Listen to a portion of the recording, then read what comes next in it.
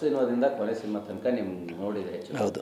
ಕೊನೆ ಹಂತಕ್ಕೆ ಬರ್ತಾ ಸಿನಿಮಾ ಟೈಮ್ಗೆ ಅವರಲ್ಲಿ ಏನು ಬದಲಾವಣೆ ಆಗಿತ್ತು ಅನಿಸುತ್ತೆ ಸರ್? ಸಿನಿಮಾ ವಿಚಾರವಾಗಿ ಕನಸುಗಳಾಗಿರ್ಬೋದು, ಸಿನಿಮಾಗಳನ್ನು ಮಾಡೋಂಥ ರೀತಿ ಬಗ್ಗೆ ಆಗಿರ್ಬೋದು. ಸರ್ ಬದಲಾವಣೆನೇ ಆಗಿಲ್ಲ ಸರ್. ಅವರು ಫಸ್ಟ್ ಪಿಕ್ಚರ್ಲಿ ಹೇಗಿದ್ರು ಕೊನೆ ಪಿಕ್ಚರ್ಗೆ ಹಾಗೇ ಇತ್ತು ಆ ಒಂದಿದು. ಯಾಕಂದರೆ ಒಂದು ಸಂದರ್ಭ ಏನಾಯಿತು, ನಾವು ಪ್ರಾಕ್ಟೀಸ್ ಮಾಡಬೇಕಾದ್ರೆ ಮನೆಗೆ ಯಾರೋ ಒಬ್ರು ಗೆಸ್ಟ್ ಬಂದರು ಫಾರಿನ್ನಿಂದ ಮನೆಗೆ.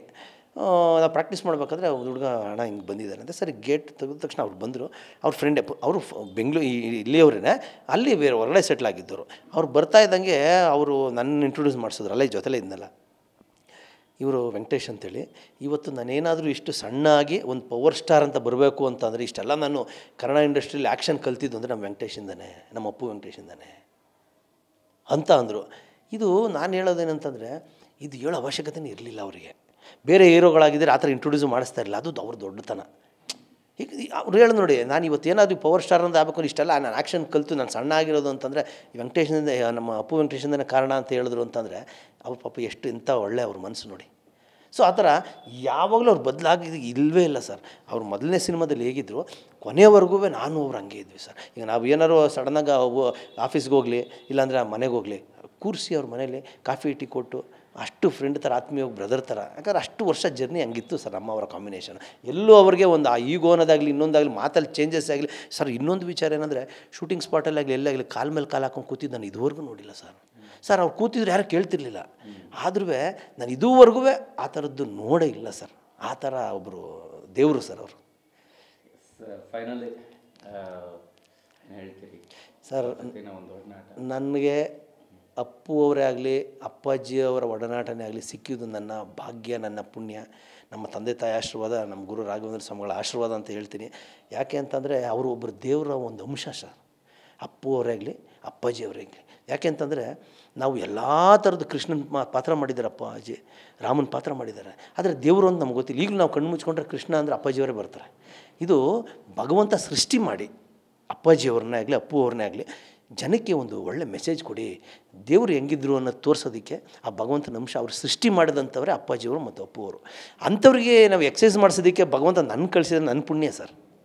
ಯಾಕಂದರೆ ಸರಿ ನನಗಿನ್ನ ಟ್ಯಾಲೆಂಟ್ ಇವರು ಎಷ್ಟೋ ಜನ ಇದ್ದಾರೆ ಸರ್, ಆದರೆ ಗೊತ್ತಿಲ್ಲ, ಅದು ಭಗವಂತನ ಸೆಲೆಕ್ಷನ್ ಅಂತಾರಲ್ಲ ಸರ್. ಆ ಥರ ಆ ಸಮಯ ಸಂದರ್ಭಗಳಲ್ಲಿ ಹೋಗಿ ಮಾಡಿಸು ಅಂತ ಭಗವಂತ ನಮ್ಮ ರಾಯರು ನಮ್ಮನ್ನು ಕಳಿಸಿ ಅವ್ರಿಗೆ ಆ ಒಂದು ಮಾಡಿದಂಥ ದಿನಗಳು ಅದು ನನ್ನ ಯಾವತ್ತೂ ನಾನು ಮರೆಯೋಕ್ಕಾಗಲ್ಲ.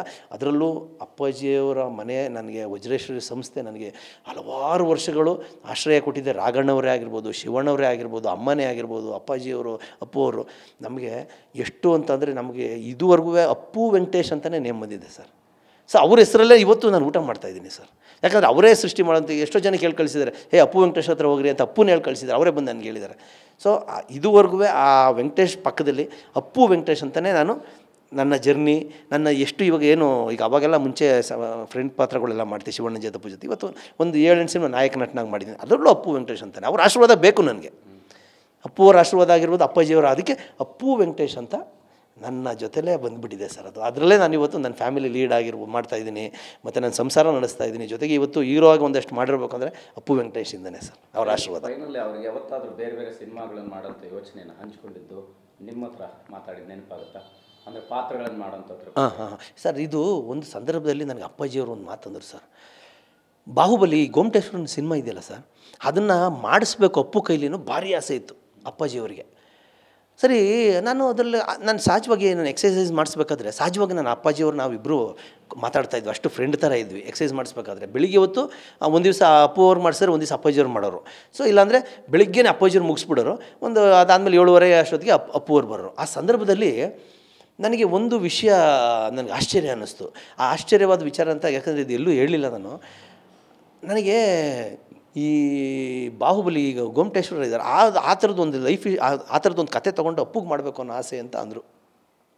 ನನ್ನದು ಅಪ್ಪಾಜಿ ಅದು ಲಾಸ್ಟಲ್ಲಿ ಯಾವುದು ಬಟ್ಟೆ ಇಲ್ದಿರ ಅವರು ನಿಂತ್ಕೊಂಡ್ಬಿಡ್ತಾರಲ್ಲ, ಅದು ಹೆಂಗೆ ಅಂದೆ. ಇಲ್ಲ ನಾನು ಒರಿಜಿನಲಾಗಿ ನಿಲ್ಲಿಸ್ಬೇಕು ಅನ್ನೋ ಆಸೆ ನನಗೆ ಇದು ಹೆಂಗೆ ಅಪ್ಪಾಜಿ ಒಂಥರ ನನಗೆ ಆ ಕ್ಷಣ ಕೇಳಿದ್ದು ನಾನು, ಅದೊಂದು ಸ್ವಲ್ಪ ಅಸಹ್ಯ ಅನ್ಸಲ್ವ ಅಂದೆ. ಇಲ್ಲ ನೀವು ಟೋಟಲ್ ಕಥೆಯನ್ನು ನೋಡಿಕೊಂಡು ಆ ಪಿಕ್ಚರ್ನ ನೋಡಿಕೊಂಡು ಕೊನೆ ಮೂಮೆಂಟ್ ಬರಬೇಕಾದ್ರೆ ನಮ್ಮ ಮನಸ್ಸು ಮೃದು ಆಗ್ಬಿಡುತ್ತಂತೆ. ಅಂದರೆ ಕತೆ ಒಳಗೆ ಆಡಿಯನ್ಸು ಇನ್ವಾಲ್ವ್ ಆಗಿಬಿಡ್ತಾರಂತೆ. ನಿಮ್ಗೆ ಆ ಸಂದರ್ಭದಲ್ಲಿ ಆ ಬಟ್ಟೆ ಏನೂ ಇಲ್ಲ ಅಂದ ತಕ್ಷಣವೇ ನಿಮ್ಗೆ ಅವ್ರಿಗೆ ಭಕ್ತಿ ಭಾವ ಬರುತ್ತೆ. ಆ ಥರ ಒಂದು ಕನಸಿತ್ತು ಅಪ್ಪಾಜಿ ಅವ್ರಿಗೆ. ಮಾಡಬೇಕು ಅಂತ, ಅಂದರೆ ಕಥೆಯಲ್ಲಿ ವೇರಿಯೇಷನ್ ಬೇರೆ ಮಾಡಬೇಕು ಅಂತ.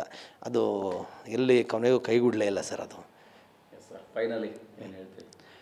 ಏನಿಲ್ಲ ಸರ್, ಈಗ ಅಪ್ಪು ರಿಲೀಸ್ ಆಗ್ತಾಯಿದೆ. ಈಗೇನು ನಾವು ಸ್ಟಾರ್ಟಿಂಗು ಅಪ್ಪು ಸಿನಿಮಾದಲ್ಲಿ 100 ಡೇಸ್ ನೋಡಿದ್ವಿ, ಇದು 100 ಡೇಸ್ ಆಗುತ್ತೆ ಸರ್ ಮತ್ತೆ. ಯಾಕಂತಂದರೆ ನಾನು ಹೇಳಿದ್ನಲ್ಲ, ಇದು ಸಿನಿಮಾ ಎವರ್ ಗ್ರೀನ್ ಸರ್. ಇದಕ್ಕೆ ಕೊನೆಯೇ ಇಲ್ಲ ಈ ಪಿಕ್ಚರಿಗೆ. ಹಳೇದು ಗೀಳೋದು ಇಲ್ವೇ ಇಲ್ಲ, ನೀವು ಯಾವತ್ತು ನೋಡಿದ್ರೆ ಫ್ರೆಶ್ ಕಥೆನೇ. ಈಗ ನಾನು ಹೇಳ್ತಾ ಇದ್ದೀನಿ 100 ಡೇಸ್ ಗ್ಯಾರಂಟಿ ಆಗುತ್ತೆ.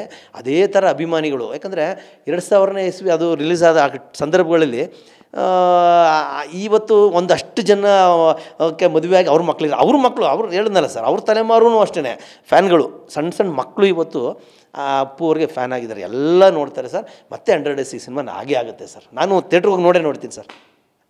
Thank you. ನಮಸ್ತೆ ಸರ್, ಥ್ಯಾಂಕ್ ಯು.